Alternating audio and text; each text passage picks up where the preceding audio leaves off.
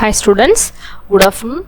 Last class la vandu formulation of emulsions பார்த்தோம். So formulation of emulsions la vandu எப்படி ஒரு ideal emulsion அப்படினா எப்படி இருக்கணும், அது என்னென்ன ஃபேக்டர்ஸ் எல்லாம் டிபெண்ட் பண்ணி இருக்கு, அதே மாதிரி internal phase னா என்ன, external phase னா என்ன, எல்லாத்தையும் லாஸ்ட் பார்த்த மாதிரி பார்த்தாச்சு. Then physical factors. So temperature or agitation இந்த emulsion formulationல இந்த factors வந்து எப்படி டிபெண்ட் பண்ணி இருக்கு. Then chemical parametersல choice of lipid oil phase. So oil phase lipid வந்து நம்ம என்ன மாதிரியான preparationக்கு கொடுக்கலாம், external internal பார்த்தாச்சு. அதுக்கு some examples. Then phase volume ratio. So phase volume ratioன்றது எதுக்குள்ள இருக்கணும் அப்படினு நம்ம பார்த்துட்டோம். So today's classல வந்து choice of emulsifying agent, selection of antimicrobial agent, selection of antioxidants, selection of flavors, consistency builders, antagonistic substances. So இத பத்தி டீடைலா பார்ப்போம். So choice of emulsifying agent. Choice of emulsifying agent in this sense, it will be the quality of suspension of the emulsion. First வந்து அதாவது quality of the qualityயும் stabilityயும் emulsionக்கு வந்து ஒரு good எமல்ஷனுக்கு என்னென்ன ஃபேக்டர்ஸ்லாம் depend பண்ணி இருக்கு அப்படின்னா செலக்ஷன் ஆஃப் எமல்சிஃபைங் ஏஜென்ட் அப்படின்றது one of the important factor அப்படின்னு சொல்றோம். இந்த செலக்ஷன் ஆஃப் குவாலிட்டி ஸ்டெபிலிட்டி ரெண்டுமே வந்து ஸோ வந்து நம்ம அதாவது இதை டிபெண்ட் பண்ணி தான் நம்ம இருக்கு. ஸோ எமல்சிஃபைங் ஏஜென்ட் அப்படின்றது நம்ம கரெக்டாக செலக்ட் பண்ணணும், ஒவ்வொரு இதுக்கு ஏற்ற மாதிரி செலக்ட் பண்ணணும். இந்த ஐடியல் எமல்சிஃபைங் ஏஜென்ட் அப்படின்றது should be non toxic. So எந்த டாக்ஸிசிட்டியும் ப்ரொடியூஸ் பண்ணக்கூடாது with medicaments. So compatible with medicaments. So வந்து நம்ம அதர் ஆட் பண்றோம் இல்லையா, அதர் எக்ஸிபியன்ஸ் ஆட் பண்ணோம், அதோட கம்பேட்டபிளா இருக்கணும். இல்லைன்னா என்ன ப்ரொடியூஸ் ஆகும்னா இன்கம்பேட்டபிலிட்டி ப்ரொடியூஸ் ஆகும். And it should be stable. So ஸ்டேபிளா இருக்கணும். ஸோ வந்து எமல்ஷனை பொறுத்து தான் வந்து சஸ்பென்ஷனோட ஸ்டெபிலிட்டி அண்ட் குவாலிட்டி அப்படின்றது இருக்கும். இதான் first point. Second one is cation. So cation என்ன, positive charged surfactants, positive charged anionic having negative charged and ampholytic having both positive and negative charges. Okay va, ida cation na positive charge, anion negative charge, ampholytic means positive, it's have positive and negative charges. Okay va, and non-ionic it don't have any charges. So non-ionic surfactants, finely divided solids, hydrocolloids are used as a emulsifying agent.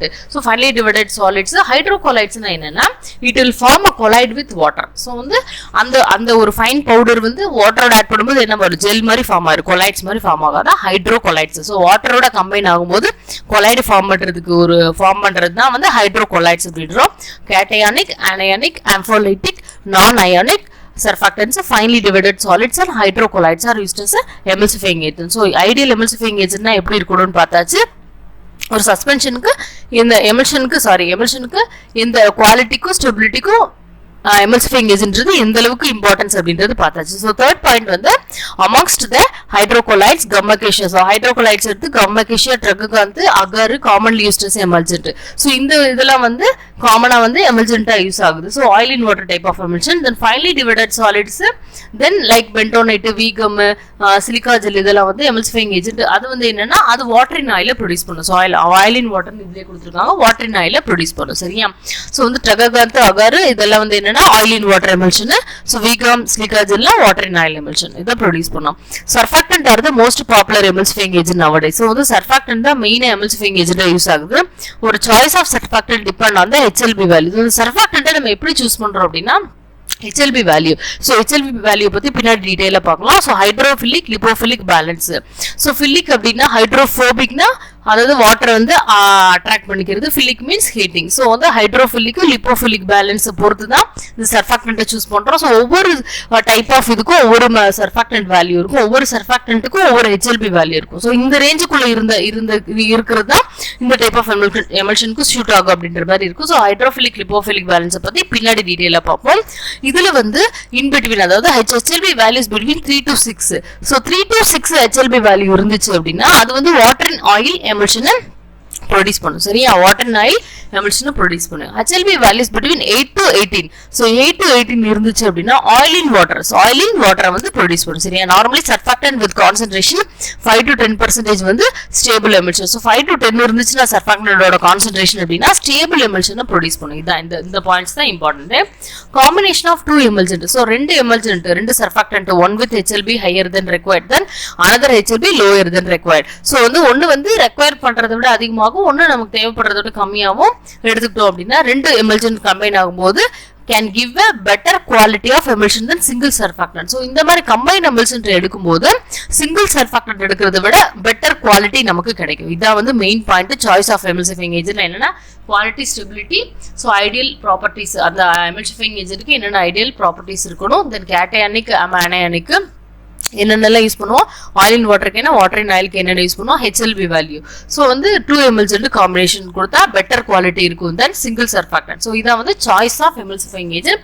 Another point is selection of anti microbial agent. So ஒரு microbial growth இருக்கு அப்படின்னா அதை prevent பண்றது என்னன்னா antimicrobial agent. In this emulsion contain a number of ingredients such as, so emulsion என்னென்னலாம் இருக்குன்னா carbohydrates, proteins, lipids, அதாவது oils, waters இது எல்லாமே இருக்கும்.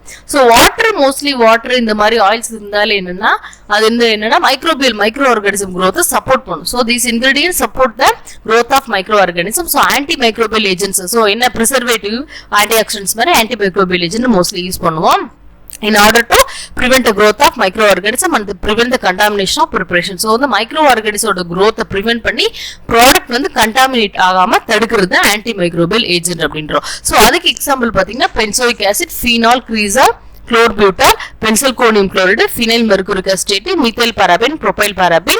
இது preservative வரும். Commonly used as antimicrobial agent in emulsion formulation. இதான் வந்து selection of antimicrobial agent. Then selection of antioxidants. So antioxidants என்ன, to prevent the oxidation. So oxidation நடக்காம இருக்கிறதுக்காக, oxidation நடந்துச்சுன்னா என்ன, so அதோட appearance, அதோட physical properties changes இருக்கும்.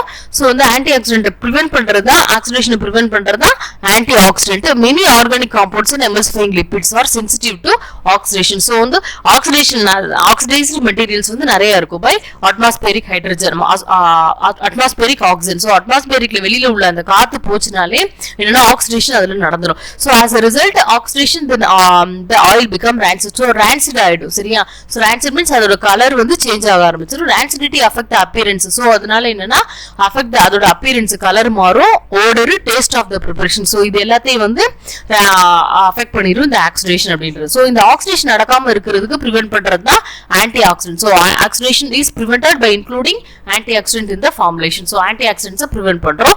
So இதுக்கு எக்ஸாம்பிள் என்னன்னா gallic acid, ascorbic acid, propyl gallate, sulfate, butyrate hydroxy anisole. So இது திருப்பி வரும், butyrated hydroxy anisole, BHA, butyrated hydroxy toluene, butylated hydroxy toluene. So இது வந்து main antioxidant யூஸ் பண்ணுவோம், are commonly used as a antioxidants. Then selection of flavors. So flavors இதெல்லாம் வந்து தனியா நம்ம வந்து flavoring agentsல பார்த்திருக்கோம், இதுவும் அதுதான்.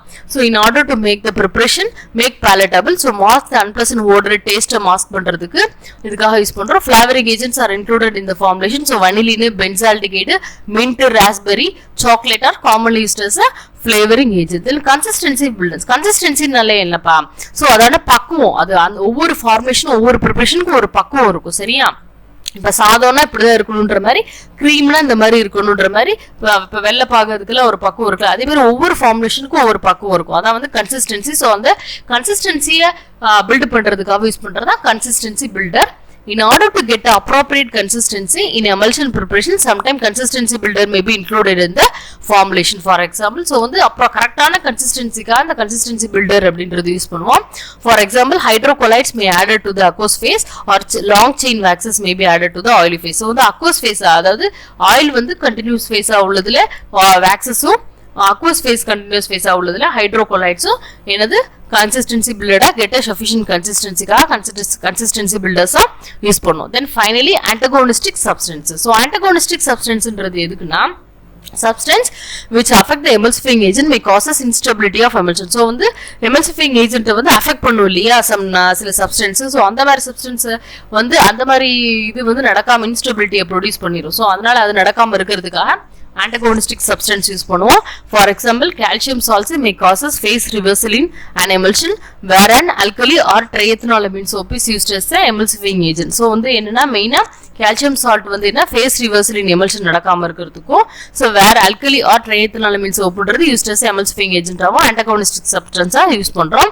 தென் acid may causes cracking in emulsion where soap is used as an emulsion. So வந்து ஆசிட் நம்ம யூஸ் பண்ணோம்னா cracking of emulsion. So cracking எல்லாம் என்ன, கிரீமிங் கிராக்கிங் எல்லாம் இன்ஸ்டபிலிட்டி. ஸோ அதுக்காக வந்து சோப் யூஸ் பண்ணுவோம். வேற soap use as emulsifying agent. Hence such combinations will be avoided in emulsion form. So இந்த மாதிரி காம்பினேஷன்ஸ் அவாய்ட் பண்றது மூலமா இந்த ஆன்டகோனிஸ்டிக் ரியாக்ஷனை நம்ம ப்ரிவென்ட் பண்ணலாம். சரியா? ஸோ இதுதான் வந்து கெமிக்கல் ஃபேக்டர்ஸ் ஓவர் ஆயிடுச்சு, பிசிக்கல் ஃபேக்டர்ஸ் ஓவர் ஆயிடுச்சு.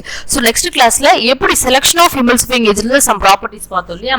ஸோ அதை பத்தி நெக்ஸ்ட் கிளாஸ்ல வந்து டீட்டெயிலாக பார்ப்போம். ஸோ என்னென்ன ப்ராப்பர்ட்டிஸ் எல்லாம் எமல்சிஃபையிங் ஏஜென்ட்டுக்கு இருக்கணும் அப்படின்னு. ஓகேவா? தேங்க்யூ.